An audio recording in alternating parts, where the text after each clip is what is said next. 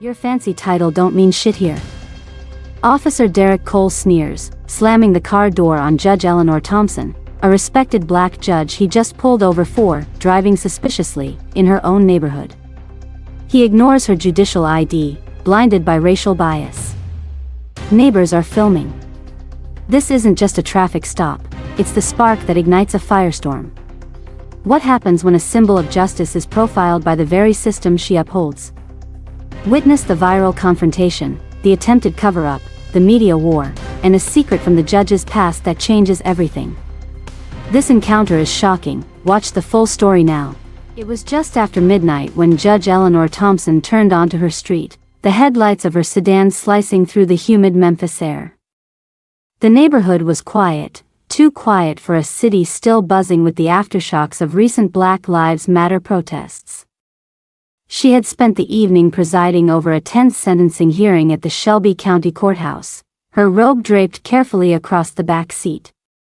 Her late husband's Emmett Till memorial pin rested heavy in her palm, its edges worn smooth from years of nervous handling. It was a habit she couldn't break, a tactile reminder of why she fought so hard to bend the arc of justice toward fairness. Elanor slowed as she approached her driveway, scanning the familiar row of houses that lined the block. This place held ghosts, not just of her childhood but of a Memphis long past. Gentrification had transformed the area into something almost unrecognizable since her father first planted the magnolia tree in their front yard decades ago. Now, only the charred stump remained, its blackened branches clawing skyward like skeletal hands. A symbol of resilience, or perhaps ruin. And then it happened. Red and blue lights flashed behind her, slicing through the darkness like an accusation. She glanced at her rearview mirror, her heart sinking as the patrol car pulled up close enough to illuminate her license plate. There was no reason for this stop. She'd been driving cautiously, obeying every traffic law, but Elanor knew better than to assume innocence would protect her. Not here.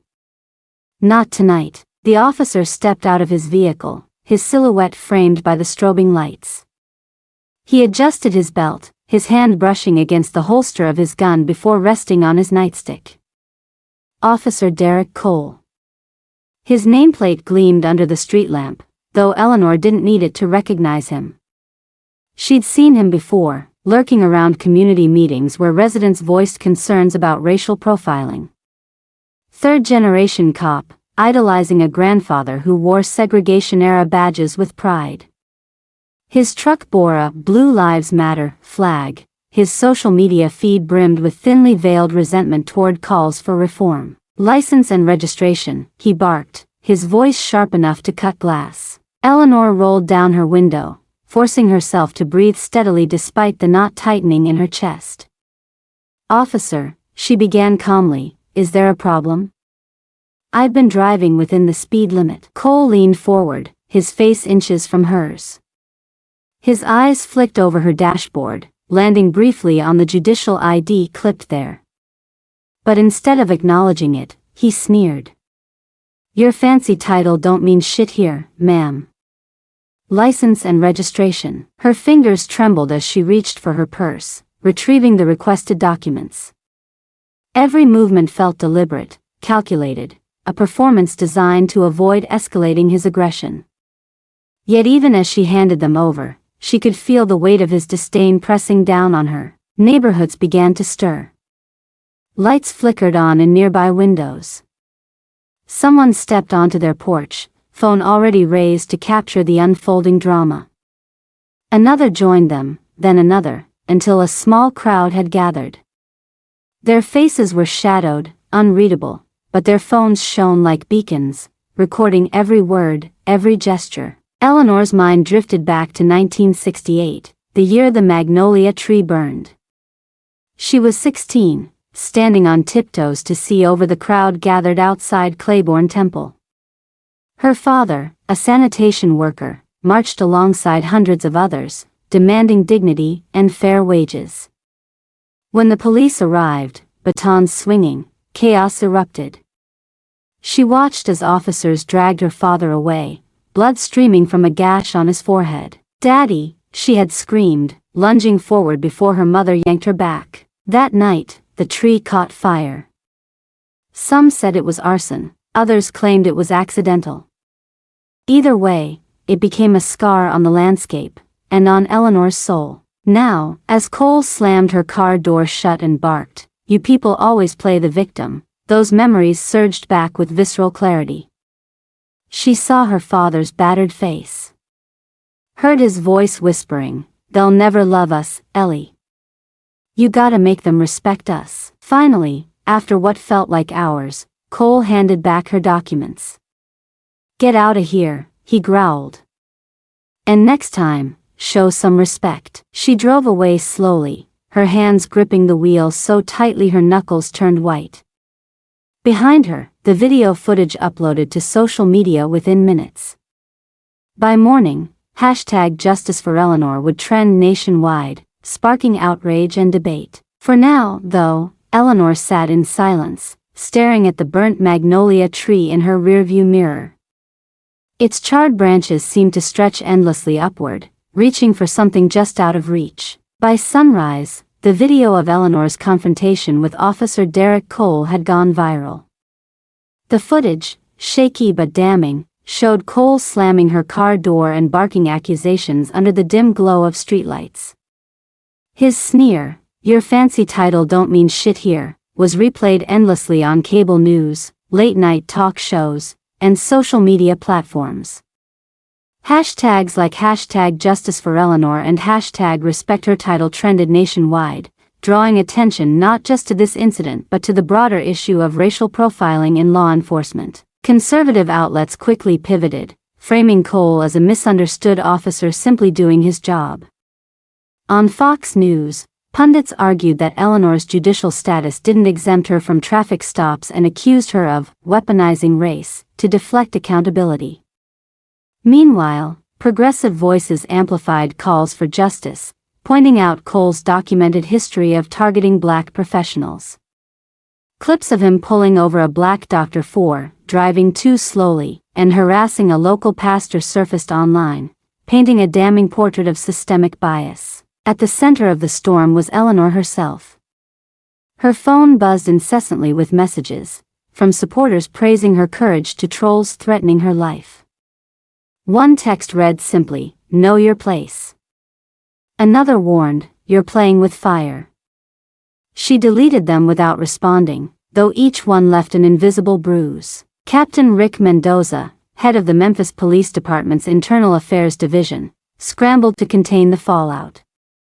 In a hastily convened press conference, he defended Cole, claiming that Eleanor had failed to comply with lawful commands.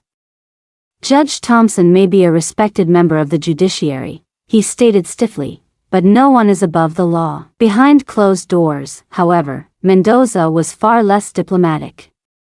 Leaked emails obtained by investigative journalist Naomi Carter revealed a coordinated effort to suppress evidence of Cole's misconduct. "Bury the footage," one message instructed. Another urged officers to corroborate Cole's version of events, regardless of accuracy. When these emails hit the internet, public outrage reached a fever pitch. Protesters gathered outside police headquarters, chanting slogans like, "No justice, no peace," and holding signs that read, "Qualified immunity kills." Among them was Marcus Hale, a seasoned civil rights attorney who had represented victims of police brutality for decades. He approached Eleanor at her home later that day, his expression grim but resolute. "We need to talk strategy," he said, taking a seat across from her in her modest living room. The walls were adorned with photos of her late husband and framed commendations from civil rights organizations, a stark contrast to the chaos brewing outside. Eleanor nodded, though her hands trembled slightly as she poured tea into delicate china cups. "I don't want this to become about me," she admitted. "It's bigger than that." Marcus leaned forward, his voice steady. "It already is. This isn't just about what happened last night. It's about every stop, every search, every arrest that never made headlines because no one filmed it. You have a chance to shine a light on all of it, but shining that light wouldn't come without cost." Over the next few days, Elanor worked closely with Marcus to build a case against Cole and the department. They filed a formal complaint with the Department of Justice, citing violations of her civil rights and demanding accountability for systemic racism within the force. At Marcus's urging, Elanor also agreed to meet with city council members and community leaders to discuss potential reforms, including the implementation of body cameras and stricter oversight measures. Yet even as they strategized, cracks began to form in Eleanor's resolve. Late at night, when the house fell silent, she found herself replaying the confrontation in her mind. What if she'd handled things differently? Could she have de-escalated the situation? These doubts gnawed at her, compounded by the relentless scrutiny of the media and the venomous comments flooding her inbox. "You're human," Marcus reminded her during one particularly grueling meeting. "And humans make mistakes. But you're also a symbol now, whether you like it or not. People are looking to you for answers." Eleanor's internal conflict came to a head during a private moment in her backyard. Standing before the burnt magnolia tree, she traced its charred bark with trembling fingers. Memories of her father flooded back, the pride in his eyes when she graduated law school, the quiet despair after yet another protest ended in violence. She thought of her late husband, whose death had left her adrift but whose legacy now propelled her forward. "Was I wrong to fight?" she whispered aloud, clutching the Emmett Till pin in her pocket. "Or am I fighting the wrong way?" A soft voice startled her. It was Mrs. Jenkins, the elderly neighbor who had spoken up during the traffic stop. "You're doing exactly what needs to be done," the woman said firmly. "Don't let them scare you into silence." Elanor managed a weak smile, though her heart remained heavy. The tension reached its peak during a massive protest organized outside the National Civil Rights Museum. Thousands of people filled the streets, their chants echoing off the museum's glass walls. Activists carried banners bearing images of Trayvon Martin, Breonna Taylor, George Floyd, and now Elanor Thompson. When Elanor stepped onto the makeshift stage, the crowd erupted into applause. For a moment, she stood frozen, overwhelmed by the sea of faces stretching before her. Then she raised a hand, signaling for silence. 50 years ago, she began, her voice strong despite her nerves. "My father marched alongside sanitation workers demanding dignity and respect. Today, we march for the same reasons, for justice, for equality, for lives that matter." Her words resonated deeply, drawing parallels between historical struggles and modern injustices. She spoke of qualified immunity, institutional corruption, and the myth of a few bad apples. And then, with tears glistening in her eyes, she concluded, "I've spent my life trying to fix a broken system from within. But maybe fixing isn't enough anymore. Maybe it's time to burn it down and start anew." The crowd roared, their cheers mingling with the wail of distant sirens. As Elanor stepped away from the microphone, she felt a strange mix of exhaustion and empowerment. The battle ahead would be long and difficult, but for the first time, she wasn't facing it alone. The fallout from the viral video intensified over the next week, as public pressure mounted on the Memphis Police Department to take action. Protesters continued to flood the streets, demanding accountability not just for Officer Derek Cole but for the systemic failures that enabled his behavior. In response, the police union made a calculated move. They offered Judge Elanor Thompson a settlement of $2 million, but only if she signed a non-disclosure agreement, NDA. Elanor received the offer during a tense meeting with Marcus Hale and Naomi Carter, the investigative journalist who had exposed Captain Mendoza's emails. The three sat in Eleanor's dining room, surrounded by stacks of legal documents and half-empty coffee mugs. The air was thick with unspoken tension. "They think they can buy your silence," Marcus said bluntly, tossing the settlement proposal onto the table. "It's classic damage control." Naomi leaned forward, her sharp eyes narrowing behind wire-rimmed glasses. "If you sign this, it'll be buried forever. No trial, no investigation, just another payout swept under the rug." Elanor stared at the document, her mind racing. $2 million could fund scholarships, support grassroots organizations, or even establish a center for police reform. But at what cost? Accepting the money would mean staying quiet while the system continued unchecked. "I won't do it," she said finally, her voice firm despite the tremor in her hands. "Not unless we use it against them." Marcus raised an eyebrow. "What do you have in mind?" A slow smile spread across Eleanor's face, one born not of joy but of resolve. That evening, Naomi published a bombshell exposé revealing the police union's attempt to silence Elanor. The article included screenshots of the settlement proposal and transcripts from internal discussions about how best to manage the situation. Within hours, #JusticeForElanor protests erupted anew, with activists decrying the NDA as yet another example of institutional corruption. "This isn't about money," Elanor declared during a press conference outside her home. "It's about exposing the truth and holding those in power accountable.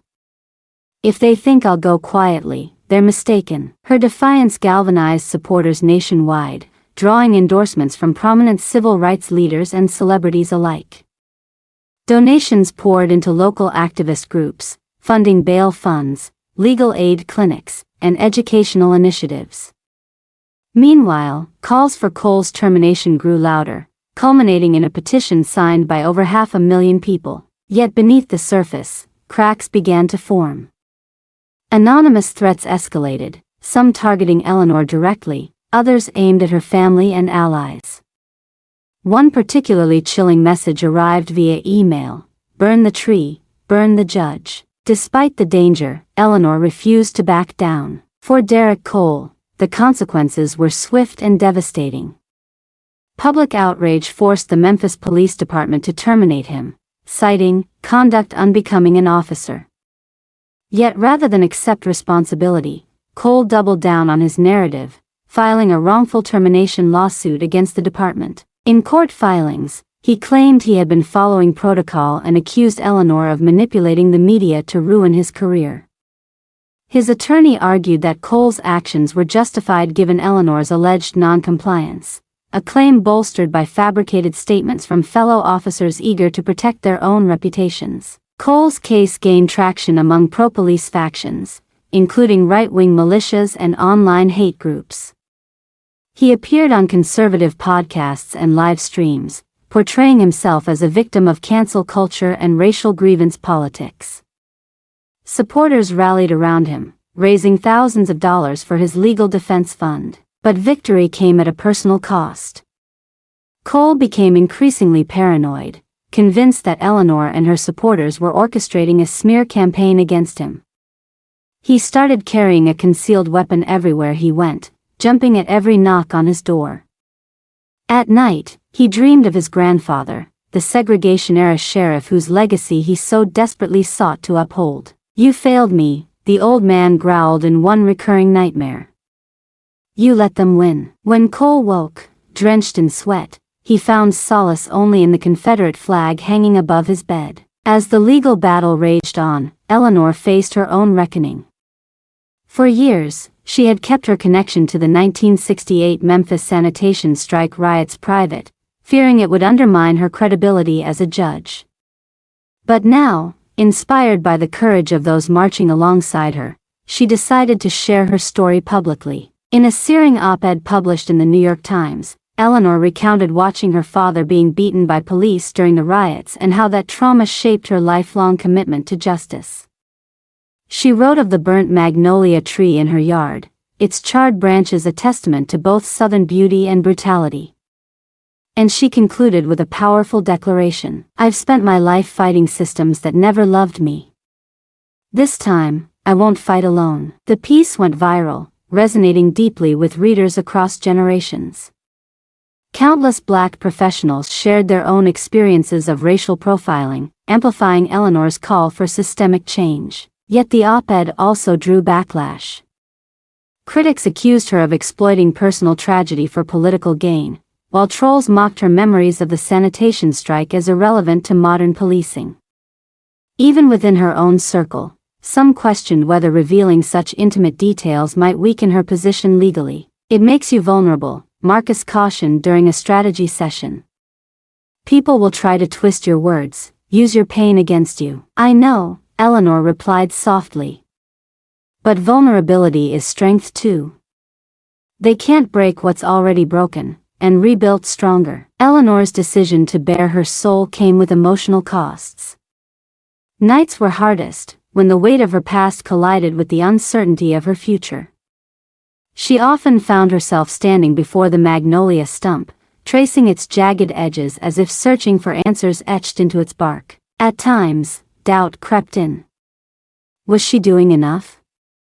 Could any amount of protesting or litigation dismantle centuries of oppression?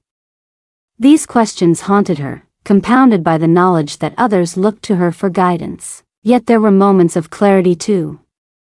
During a community meeting at a local church, a young girl approached Elanor shyly, clutching a handmade card. Inside was a simple message: "Thank you for standing up." Tears welled in Eleanor's eyes as she hugged the child tightly. For all the anger and fear swirling around her, these small acts of solidarity reminded her why she fought. The chapter closes with two parallel scenes, each hinting at the battles to come. First, Elanor receives an anonymous letter slipped under her front door. Written in blocky black letters, it reads, "Retire while you can, Judge." She stares at it for a long moment before placing it in a locked drawer alongside other threats. Second, Derek Cole drives to a rural militia camp, where men in camouflage gear greet him warmly. As he steps out of his truck, the camera lingers on a Confederate flag fluttering proudly in the breeze. Cole smiles faintly, though his eyes remain cold and calculating. Somewhere between Memphis and the countryside, the lines are drawn, not just between individuals but between ideologies. And somewhere, unseen, the burnt magnolia tree stands silent, bearing witness to it all. The Department of Justice's decision to launch a civil rights investigation into the Memphis Police Department marked a turning point in the case against Officer Derek Cole, and in Judge Elanor Thompson's fight for accountability. The announcement came on a gray, drizzly morning, with federal agents descending upon the city like storm clouds rolling in from the Mississippi River. For Elanor, the DOJ's involvement was both a relief and a source of anxiety. On one hand, it signaled that her story had resonated beyond local protests and viral videos, reaching the highest levels of government. On the other, she knew investigations often dragged on for years, leaving victims caught in bureaucratic limbo while perpetrators walked free. "I've seen this before," Marcus Hale warned during a strategy meeting at his downtown office. "They'll promise transparency, then drown us in red tape. We need to stay vigilant." Elanor nodded, though her mind wandered to the dozens of similar cases she'd ruled on as a judge. How many times had she seen systemic failures ignored or excused under the guise of procedural complexity? Yet this time felt different, not because she believed the system would suddenly work, but because she refused to let it fail without a fight. The DOJ's probe quickly expanded beyond Cole, uncovering a pattern of misconduct within the Memphis Police Department. Internal emails revealed that Captain Rick Mendoza had routinely pressured officers to fabricate evidence and suppress complaints from black residents. When subpoenaed to testify before a federal grand jury, Mendoza cracked under pressure, implicating several high-ranking officials in what investigators dubbed a culture of impunity. Elanor herself was called to testify, her presence in the courtroom drawing national attention. Dressed in her judicial robe, a gift from Thurgood Marshall, she took the stand with quiet dignity, her voice steady despite the weight of history pressing down on her shoulders. "Judge Thompson," the prosecutor began, pacing slowly in front of the jury box, "can you describe your interaction with Officer Cole on the night of the traffic stop?" Elanor recounted the events in meticulous detail, her words painting a vivid picture of fear, frustration, and defiance. She spoke of Cole's sneer, "Your fancy title don't mean shit here," and the way his aggression escalated when neighbors began filming. "And how did you feel in that moment?" the prosecutor asked gently. Elanor hesitated, her fingers brushing against the Emmett Till memorial pin pinned to her lapel. "I felt small," she admitted, her voice trembling slightly. "Not just because of what he said, but because I knew his words weren't original. They echoed centuries of oppression, telling me my worth was conditional, my humanity negotiable. The courtroom fell silent, the gravity of her testimony hanging heavy in the air. Even Mendoza, seated at the defense table, avoided meeting her gaze. When cross-examination began, Cole's attorney launched a scathing attack, accusing Elanor of exaggerating the incident for political gain. "Isn't it true," he demanded, "that you've been vocal about defunding the police? That you've used your position to push a radical agenda?" Elanor leaned forward, her eyes blazing. "My agenda is justice," she shot back.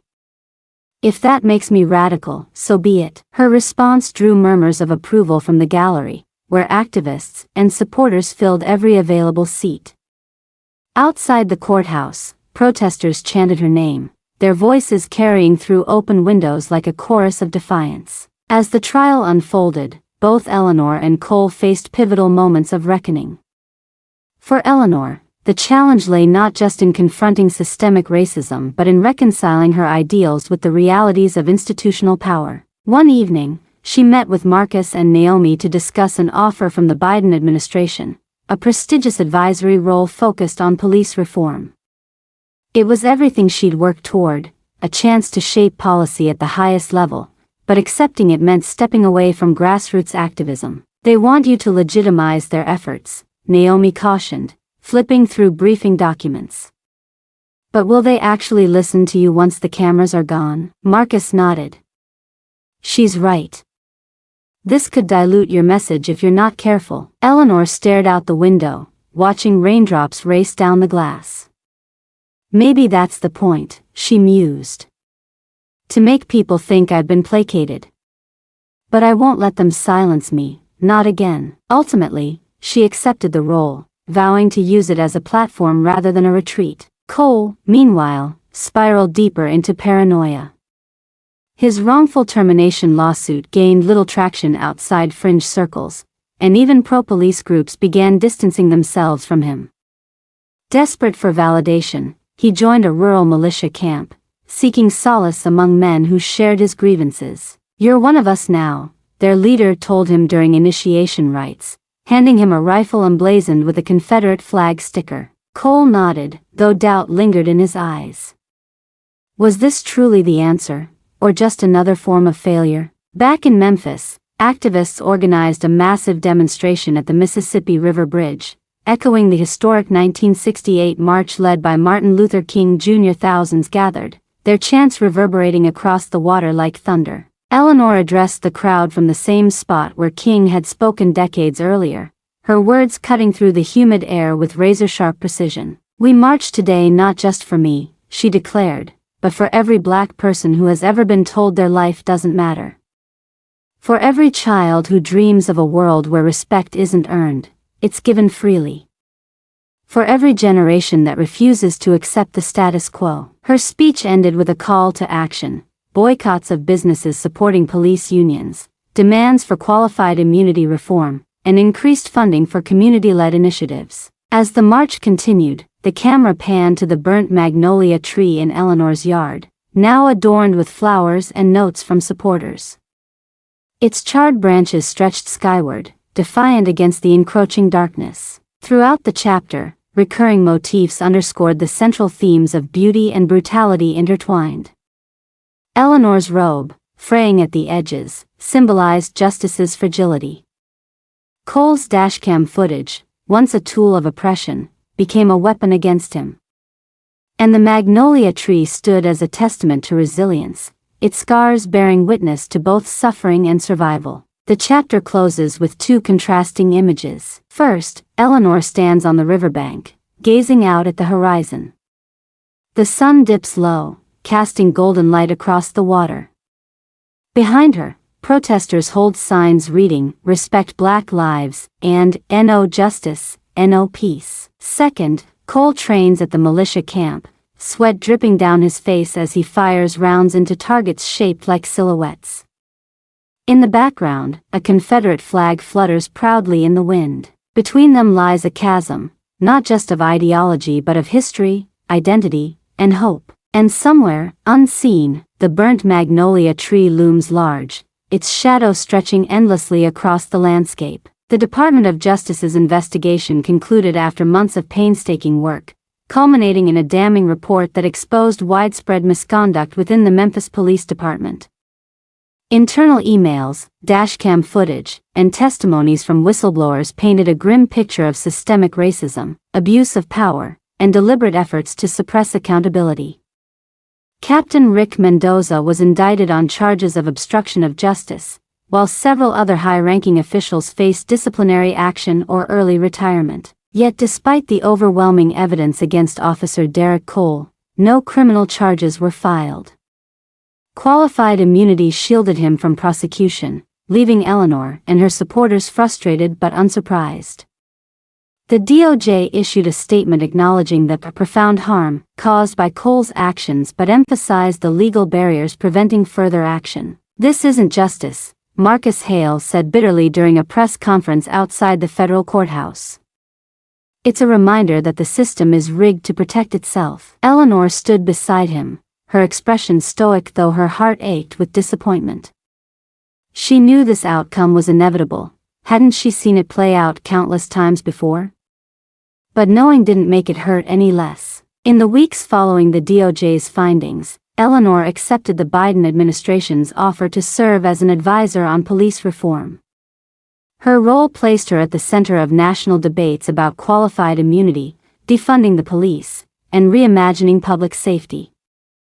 Yet rather than retreat into the corridors of power, Elanor insisted on maintaining ties with grassroots activists who had supported her throughout her ordeal. "We can't let policy become detached from the people it's meant to serve," she told a room full of lawmakers during her first meeting in Washington, D.C. "Reform must be rooted in community, not convenience." Her presence in the Capitol sparked both admiration and criticism. Conservatives accused her of pushing a radical agenda, while some progressives questioned whether her position diluted her message. Despite the backlash, Elanor remained steadfast, using her platform to amplify voices often excluded from policymaking. One evening, she addressed a packed auditorium at Howard University, where students hung on her every word. "Change doesn't happen overnight," she said, her voice resonating with quiet strength. "But if we keep demanding better, if we refuse to settle for crumbs, we'll get there together." Her speech ended with thunderous applause, yet as she stepped off stage, she couldn't shake the feeling that true justice remained elusive. At the National Civil Rights Museum, Elanor wandered through exhibits chronicling centuries of Black suffering and resilience. She paused before a display featuring Emmett Till's casket, its glass surface streaked with fingerprints from visitors paying their respects. Her late husband's memorial pin felt heavier than usual in her pocket, its edges digging into her palm like a reminder of unfinished business. "Can a system built on Black pain ever deliver justice?" she whispered aloud, though no one was there to hear her. Outside, protesters gathered once more, their chants echoing off the museum's walls. Among them was Mrs. Jenkins, the elderly neighbor who had spoken up during the traffic stop.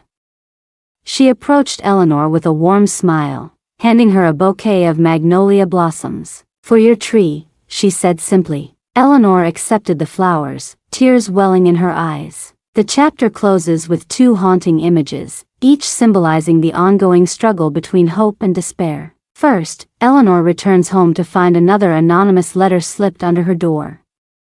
Written in blocky black letters, it reads, "The South remembers." She stares at it for a long moment before locking it away alongside previous threats. Second, the camera pans to the rural militia camp, where Derek Cole trains tirelessly, his face hardened by bitterness and resolve. As he raises his rifle, the camera lingers on the Confederate flag fluttering behind him, a stark reminder of ideologies that refuse to die. As the story fades to black, the burnt magnolia tree stands tall in Eleanor's yard, its charred branches reaching skyward. Flowers adorn its base, left by supporters who see it not as a relic of destruction but as a symbol of survival. Somewhere in the distance, sirens wail, a sound both ominous and inevitable. And somewhere, unseen, the question lingers: can a system built on Black pain ever deliver justice? The answer remains unwritten, waiting for the next generation to take up the fight.